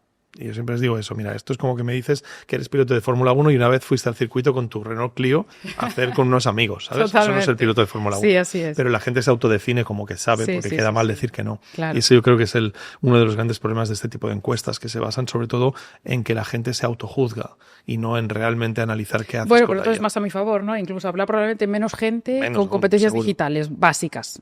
Entonces es normal que no sepan utilizar, es normal que les falte, es que ya no digo ni conocimiento básico, es que hay gente que pensará que la inteligencia artificial es magia. Y ahí viene mi pulla de siempre, que siempre la pongo donde puedo porque me parece que es mi granito de arena para intentar que esto cambie, que es por qué leches no hay en televisión española un puñetero programa de inteligencia artificial. No puedo entenderlo. Me parece, o sea, en las televisiones privadas me parece una mala decisión, pero en la pública me parece una negligencia. Y no puedo entender que el gobierno no ponga un puñetero programa de inteligencia artificial en la televisión española. Es que O sea, sí, hay un infravaloramos el poder de la divulgación. Es que hay un programa de literatura, que me parece súper importante la literatura. Sin duda. Pero en los tiempos que corren ahora mismo, creo que probablemente es un poquito más prioritario un programa sobre inteligencia artificial. Bueno, Y y no lo cambiar los currículos escolares, ¿eh? También, Porque pero eso ya es a largo plazo. Esto ya es una cosa que es a 10 dices, años vista. Yo hace poco vi unos análisis de, creo que era el AI Index Report que hace la Universidad de Stanford, ¿no? Y me quedé ojiplática, porque mira, las carreras técnicas, por ejemplo, ¿no? Que ahora se supone que, bueno, sabes que la IA va a transformar los trabajos, tal, no sé qué, que se va a demandar muchos trabajos técnicos, etcétera. Bueno, pues el número de graduados desde 2012 a 2022 cayó en un 12%. Graduados técnicos. ¿Cómo puede ser esto? O sea, el número de graduados en España, de gente que sale graduada pues, de Computer Science o de Data Science, de IT en general, ha caído. Hay una cosa buena, ha subido másteres, ¿no? Estamos viendo que a lo mejor los que están viendo esa necesidad de formarse son gente que a lo mejor pues ya tiene una carrera, está trabajando y quiere reciclarse, ¿no? Reinventarse. Y sobre todo, yo creo que los chavales están dando cuenta que está muy bien. Los chavales están dando cuenta que el cuento de la formación para tener un buen sueldo. Totalmente. ¿Sabes? Pero claro, si el es Estado. Una broma de mal gusto, ¿sabes? Si la universidad, digamos, no saca las plazas suficientes que se requieren también para que esta transformación digital pueda ayudar a esta transformación del mundo laboral, es que tampoco hacemos nada, ¿no? Sin ninguna duda. O sea, hay muchos palos que tendríamos que mover sí, para... muchísimos. Hay demasiados y el problema es que esto va muy rápido. Y el problema es que la gente está, o sea, estamos todos a uvas y esto no para, ¿sabes? Claro. Entonces, a partir de aquí hay ciertos sitios donde se está aplicando. El otro día veíamos como en Estonia, ¿no? Pues, por ejemplo, es el primer país del mundo donde se está aplicando la inteligencia artificial en el currículum escolar desde el Ministerio de Educación. Bueno, es que Estonia es un referente. Bueno, yo soy súper fan de Estonia. Pero son 2 millones, dices, es relativamente fácil, pero hostia, es que... Es fácil. Bueno, y tenía una administración pública nula, o sea, porque se libró de la URSS en los 90, tenía que partir de cero y dijo, pues lo voy a hacer bien. Y empezó ya haciendo temas de blockchain. Exacto. Puedes hacer todo online, realmente. Menos creo que casarte y divorciarte, el resto totalmente. lo puedes hacer. Montar una empresa sin pisar el país. Sí, exacto. Pero creo que eso indica que poder se puede. Y luego dices, no, es que es un país muy moderno y tal. Vale, China es el segundo que en Beijing se están metiendo ya en el currículum escolar la inteligencia artificial. Efectivamente. Y dices, o sea, más regulado que China no va a estar. Obligatoria, ¿sabes? En primaria creo que es, que entonces, empiezan con temas de ahí. A mí las excusas, de verdad, me parecen excusas y punto. Y lo que creo es que estamos preocupándonos demasiado de absolutas gilipolleces y no nos van a adelantar por la derecha. Bueno, ya nos están adelantando por la derecha, pero sin ninguna duda creo que esto no va mejor por aquí. Oye, hay otro tema muy importante que para mí creo que es algo que la gente no es consciente, y es que como sociedad nosotros ya nos hemos peleado con la inteligencia artificial anteriormente. Y de hecho no solo nos hemos peleado, sino que creo que perdimos por goleada. Y es las redes sociales. Todo el mundo probablemente habrá visto o debería ver el Social Dilemma, el documental de Tristan Harris, que creo que está en Netflix, que habla un poco de lo que eran las redes sociales y lo que tenían que ser a lo que se han convertido. O sea, para hacer un resumen muy simplificado, las redes sociales se nos presentaron como la oportunidad de que todo el mundo tuviese voz y que todo el mundo pudiese contar la suya y tener pues acceso a una información mucho más desarrollada y una vinculación entre personas, creando más vínculos sociales, etcétera. Esa fue la conceptualización de Facebook, probablemente. Y lo que se ha convertido es en todo lo contrario. Se ha convertido en un sitio donde hay un bullying increíble, donde lo único que hacemos es admirar vidas falsas de gente que nos miente, porque evidentemente eso le genera likes y eso le genera dinero. Y al final vivimos una especie de sociedad paralela que no tiene nada que ver con el mundo y que para mí se parece muchísimo al Photoshop de las portadas de revistas, ¿no? De los años 80, que todos nos creíamos que la gente era como se veía ahí y luego nos enteramos que había Photoshop y yo, viviendo el mundo de la fotografía, lo he vivido en primeras carnes, ¿no? Las redes sociales fueron la primera cagada con la inteligencia artificial, porque lo que la gente quizá no sabe tanto es que las redes sociales dependen absolutamente de la inteligencia artificial y el 100% de lo que hemos vivido con las redes sociales es por algoritmos basados en inteligencia artificial. Con lo cual, Tristan Harris dice muy bien que la primera batalla contra la inteligencia artificial la perdimos hace años y fueron las redes sociales y que ahora estamos luchando en la segunda. Para poder informarnos de cómo podemos luchar la segunda, que probablemente son los chatbots, la interacción, la integración en nuestro día a día, en nuestra vida, me gustaría que profundizásemos un poco, y tú eres muy experta en esto, en lo que ha pasado en las redes sociales. Cuéntame, ¿cuáles han sido las cagadas que hemos hecho con las redes sociales y por qué son tan puñeteramente tóxicas? A ver, yo creo que también las redes sociales, quizá te parece que estoy defendiendo mucho las plataformas, pero es que los responsables de la mayor parte del contenido que hay somos nosotros. Es así. Sí, no. ¿Qué ha pasado? Sí, no, porque una pequeña reflexión muy rápida. Adelante. Esto es que recuerdo haberlo hablado también con Keith O'Neill sobre el tema de algoritmos, ¿no? Es decir, es cierto que nosotros ponemos el contenido, pero en un periódico, por ejemplo, lo que va en portada lo decide el editor jefe o el director del periódico. Y es muy distinto que pongas una cosa en portada del periódico y otra. Completamente de acuerdo. Las plataformas tienen la responsabilidad de que ese contenido de mierda que ha metido un inútil y que ha metido algo absolutamente tóxico en la red social acabe llegando a tu feed. Ahí estamos. No es una responsabilidad voluntaria directa, porque al final no tienen ni puta idea de lo que te muestra el feed porque lo hace la IA, pero la realidad es que tienen la responsabilidad de darle voz a quien quizá no debería tenerla o a cosas que tú no tendrías por qué ver y te las enseñan porque saben que te va a poner de mala hostia y vas a responder.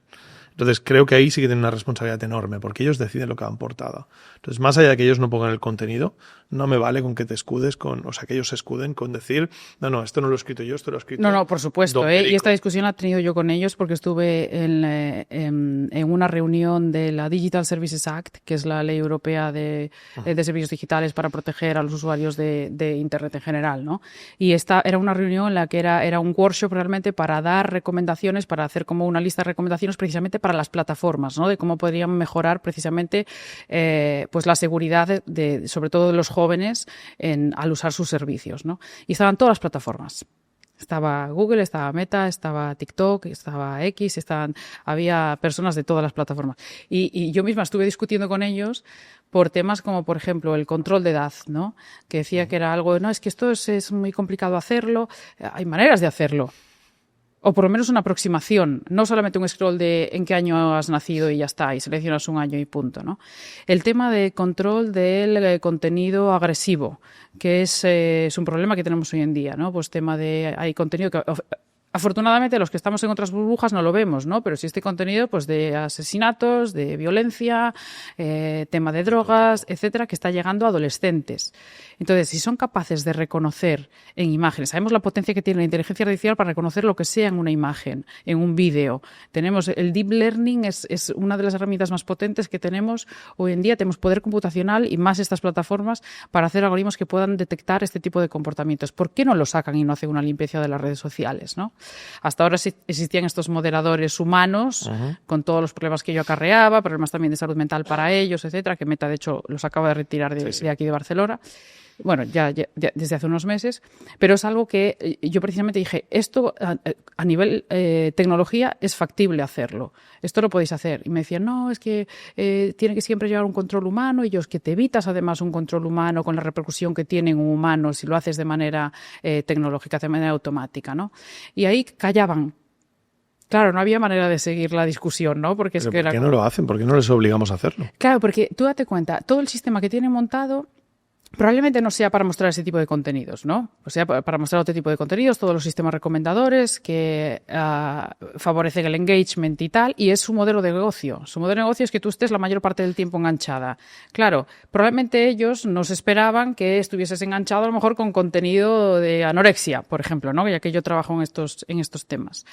Y claro, no se esperaban este tipo de... Cuando tú sacas un coche al mercado, tú dices, no, creo que el coche acelere de 0 tal y en 0,6 segundos. Pero cuando se pega una hostia el coche en esa aceleración, el conductor muere. ¿No te dejan sacar el coche al mercado? Claro, o dices, vale, pues a partir de ahora voy a tomar estas medidas. Claro, pero ¿no? entonces... Pues a partir de ahora deberían de tomar estas medidas. Vuelvo a lo mismo. ¿Por qué leches en el mercado de las redes sociales se han creado leyes como la ley americana que les protege de que el discurso que haya en sus redes sociales no les responsabiliza de ello? O sea, se ha creado, ellos no recuerdo cuál es el nombre de la ley, pero se pueden apoyar en esa ley que les exime de ninguna responsabilidad de lo que pase derivado del contenido de las redes sociales. Esto es una puñetera locura. ¿Por qué leches se aprueba eso? O sea, ¿por qué leches como sociedad? Bueno, probablemente en Estados Unidos pues le convenga a lo mejor tener este tipo de... Claro, pero es a lo que voy, que al final nos quejamos de eso, pero es que estamos permitiéndolo, porque volvemos a lo mismo que decía de la ONU antes. O sea, tenemos que dejar de reaccionar a estas mierdas y decirles cómo tienen que ser las cosas para que ellos las hagan. Y si les gusta bien y si no les gusta, pues no saques el producto. Porque es que lo que no puedo entender es que realmente les dejemos hacer esto y no hagamos nada. Y con las redes sociales me parece, o sea, dramático, me parece absolutamente absurdo la cantidad de cosas que serían fácilmente técnicamente posibles. Sí, o tema de hate que speech, no se les exija. tema de polarización, todo esto pues es fácilmente solucionable con algoritmos. Y lo sabemos, o sea, la tecnología tiene la solución realmente a esto, ¿no? La tecnología no es el problema. Volvemos otra vez, ¿no? Los sujetos son los humanos.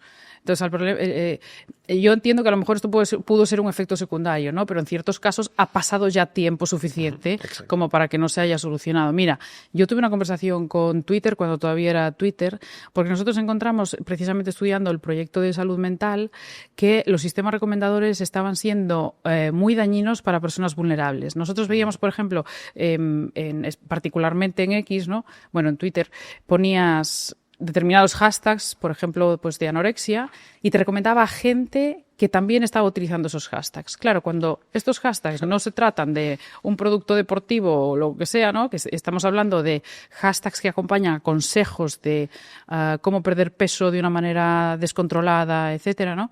Pues, y llegan a una persona vulnerable, todo ese tipo de contenidos, pues la vuelves todavía más vulnerable.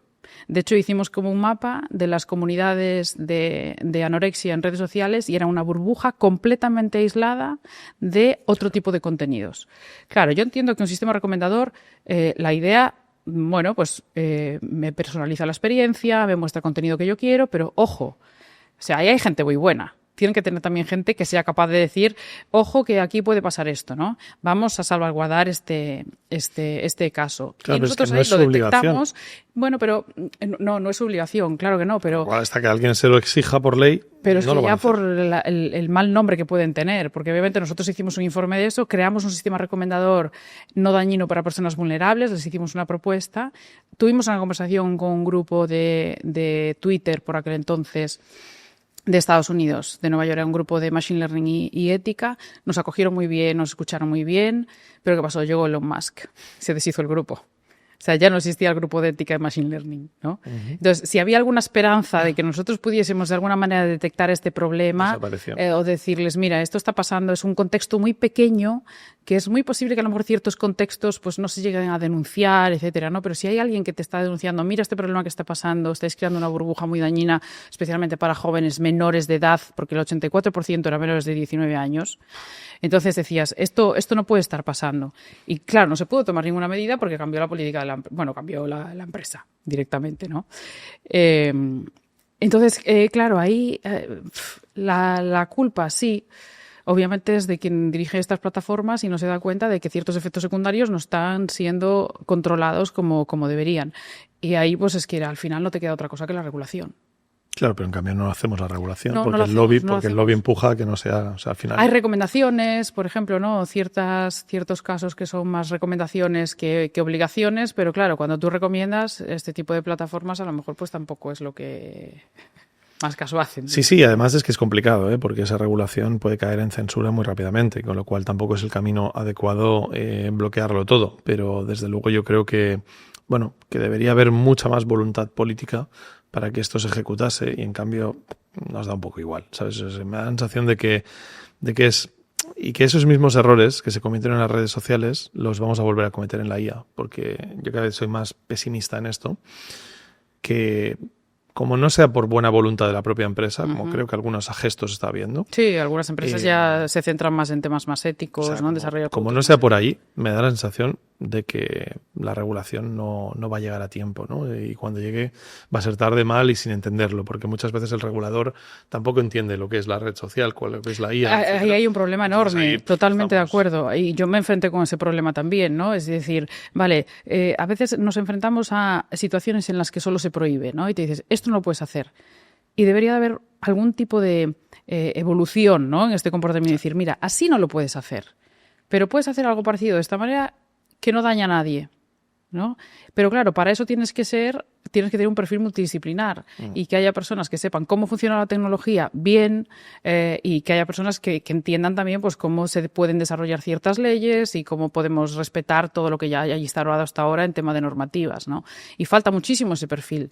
Nosotros, para llevar a cabo nuestro proyecto, por ejemplo, que tenía una parte muy técnica y una parte pues legal de protección de datos personales, pues tuvimos que ser nosotros desde la parte técnica los que dijésemos, este proyecto se puede hacer si se hace de esta manera, si se anonimizan los datos. Para anonimizar los datos, ¿qué tenemos que hacer? Anonimizar todo en memoria según descargamos los datos, no almacenar ningún tipo de conjunto de datos ya con datos personales, anonimizar las imágenes de esta manera, encriptar la URL, tal. Una serie de medidas que nos llevó muchísimo tiempo elaborar también porque desconocíamos la parte de legal, ¿no? Sí es cierto que lo hicimos tan bien que el propio comité ético nos dijo, oye, podemos utilizar esto para otros proyectos y recomendarles que sí pueden hacer sus proyectos con este tipo de medidas, ¿no? Y eso es lo que necesitamos más, pero más colaboración. Nosotros hubiésemos hecho mucho más rápido si tuviésemos pues abogados o expertos en derecho digital a nuestro lado trabajando en esto mano a mano, ¿no? Y no hubiésemos perdido meses de estudiantes que estaban trabajando en esto. Esto en teoría es una de las funciones de la ESIA, de la Agencia Estatal de la Inteligencia Artificial, que precisamente tiene ese sandbox en el que puedes desarrollar aplicaciones de IA y te dicen un poco tal. Y se supone que este debe ser uno de los apoyos de esas personas y de esos 5 millones anuales que dedicamos a una agencia de control de la inteligencia artificial, ¿no? Pero bueno, veremos también cuál es el retorno después y si la gente realmente lo puede utilizar, porque las voluntades pues son muy interesantes, pero luego hay que traer resultados. Sí, hay que ejecutarlo, ¿no? efectivamente. Oye, desde tu punto de vista, ¿las redes sociales deberían o de existir o crees que hubiese sido mejor que no existiesen? Hombre, tienen partes muy buenas. Yo creo que deberían de existir, pero sí limitarse a ciertas edades. Es decir, estas medidas, por ejemplo, en Australia, de no se permite el uso a menos de 16, tiene todo el tema de la libertad tal, pero quizás es necesario.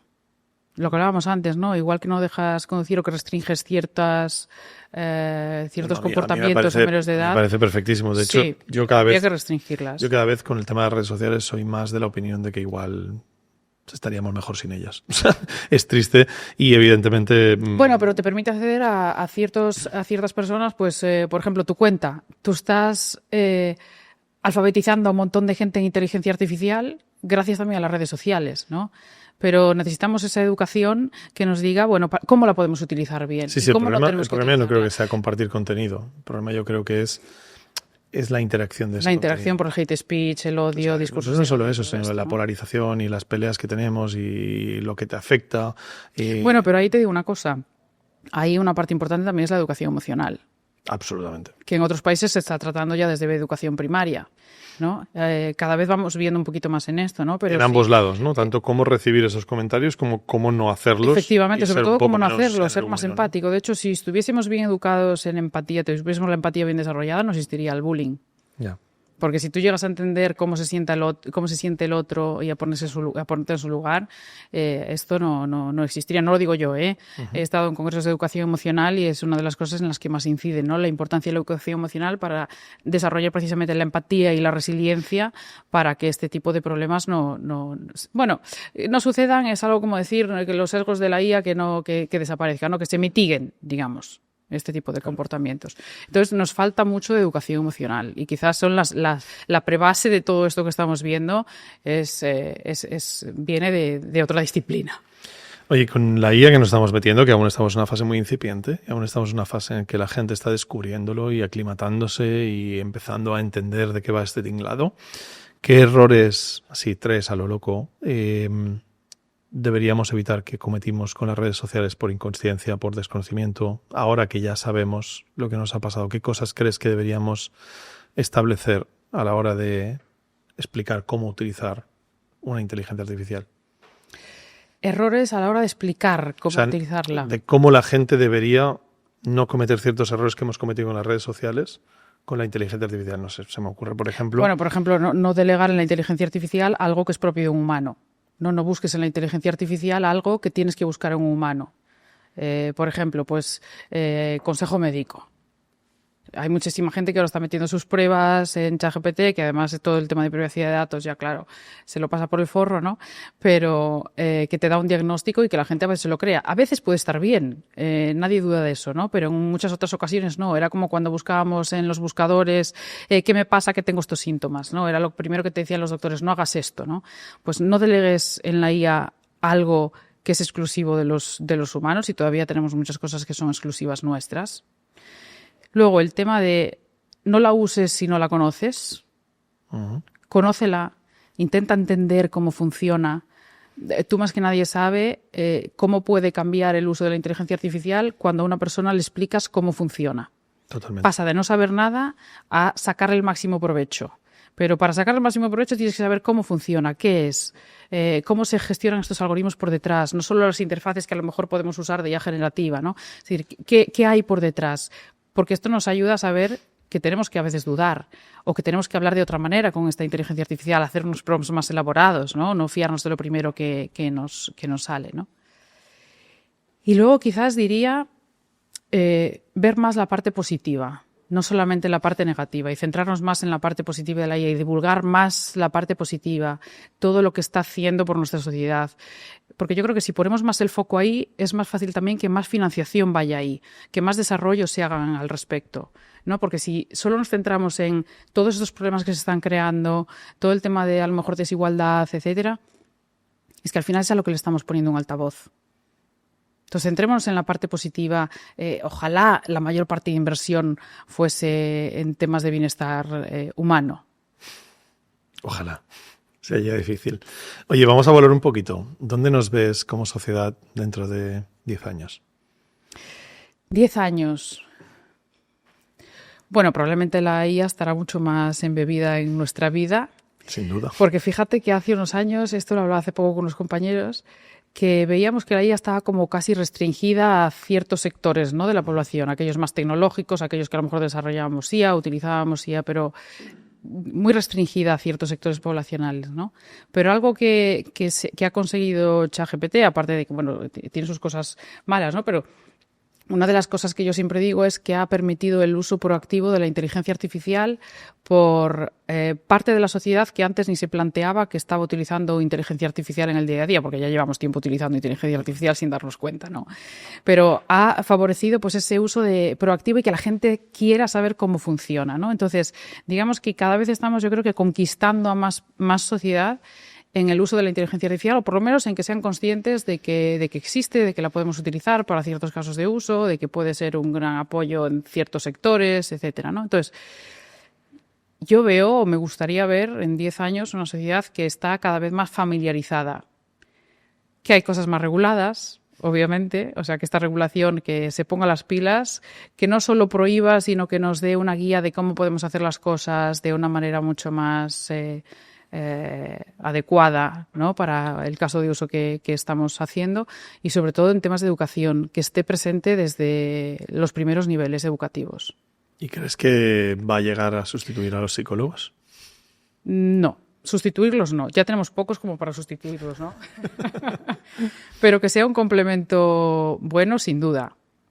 Es que ya lo está siendo, ¿no? Estas cosas que te contaba aquí está permitiéndonos llegar o que personas puedan llegar a pedir ayuda a personas que a lo mejor no habían ni siquiera recibido un diagnóstico de salud mental o no se planteaban que tuviesen algún problema de salud mental, ¿no? Nos está ayudando quizás a, oye, probablemente necesites hablar con un profesional, esto que te está pasando es serio. Es normal, pero tienes que hablar con un profesional. O, mira, fíjate, yo que trabajo con fundaciones, yo era muy en contra de utilizar, estaba muy en contra de utilizar chatbots como una primera aproximación a pacientes de salud mental, ¿no? Por ejemplo, pues cuando hablamos con estas fundaciones que tienen los teléfonos de ayuda, y había gente que me decía, ¿y por qué no utilizas chatbots en lugar de humanos? Porque así también no se colapsarían las líneas y tal. Y decía, no, es que esto me parece una locura, ¿no?, poner un chatbot en lugar de un humano. Pero claro, cada vez estoy viendo que estos servicios, algunos de ellos están súper colapsados. Hay servicios de estos de ayuda que dicen que atienden el 40% de las conversaciones que les llegan. Entonces, ahí quizás un chatbot inicial muy sencillo, ¿qué te ocurre? ¿Cuál es tu problema? Que nos ayude a seleccionar a una pequeña conversación inicial, a algo. Los casos graves los derivamos a humanos, porque al final esta gente lo que busca es una voz humana. Sí. Y hay ciertos casos que a lo mejor pues, se pueden acompañar con una inteligencia artificial, pero tendría que estar tan bien diseñada, tan bien testeada, con unos límites tan bien puestos, que me sigue dando miedo, pero me he abierto un poquito más al uso de esta tecnología en ciertos casos, por lo menos para dar un poquito más de atención, ¿no? Conseguir atender cada vez a más gente, porque está claro que es un problema de salud pública a nivel global, ¿no? Leí hace poco en la prensa que 1.000 millones de personas en el mundo tenían problemas de salud mental, especialmente depresión y ansiedad. Somos 8.000 millones. ¿Sabes? Es un porcentaje altísimo. ¿Y cuántos no lo cuentan? Seguramente sean efectivamente, incluso más. ¿Y cuánto no? Efectivamente. Exacto. Y estas cifras probablemente sean más, no lo cuentan, porque efectivamente hay que salir de este estigma de que quien lo tiene lo hace ver, ¿no? Pues no siempre. Yo tengo la sensación de que la IA nos va a sorprender. ¿Positiva o negativamente? No lo tengo claro. Pero tengo la sensación de que hay muchas cosas donde tenemos líneas rojas los humanos y que cada vez que yo, en los últimos casi 3 años que llevo volcado 100% en esto, he visto a alguien que decía la IA no hará o la IA tardará X en hacer, lo hace antes, lo hace mejor y lo hace incluso de una forma que no pensábamos que fuese posible. A mí me da la sensación de que mucho antes de esos 10 años la mayoría de los psicólogos eran inteligencias artificiales y probablemente hagan un trabajo excepcional. No sé si por otro lado vamos a causar otros problemas, pero me da la sensación de que la IA nos va a seguir sorprendiendo y una de las cosas que más me flipa a mí es cómo de humana suena la inteligencia artificial. A partir de ahí dudo que te comprenda, dudo que realmente empatice contigo, pero lo va a simular también que va a ser difícil que no sea útil.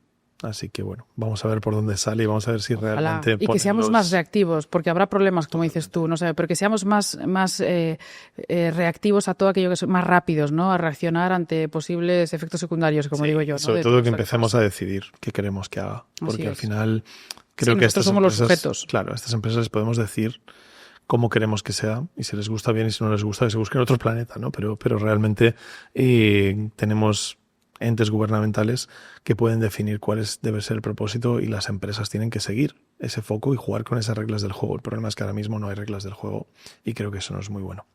Ana, muchísimas gracias. Gracias a ti, me ha encantado hablar contigo. Yo creo que ha sido una charla, a mí como padre evidentemente es algo que me preocupa y creo que puede haber sido muy útil. Así que muchísimas gracias.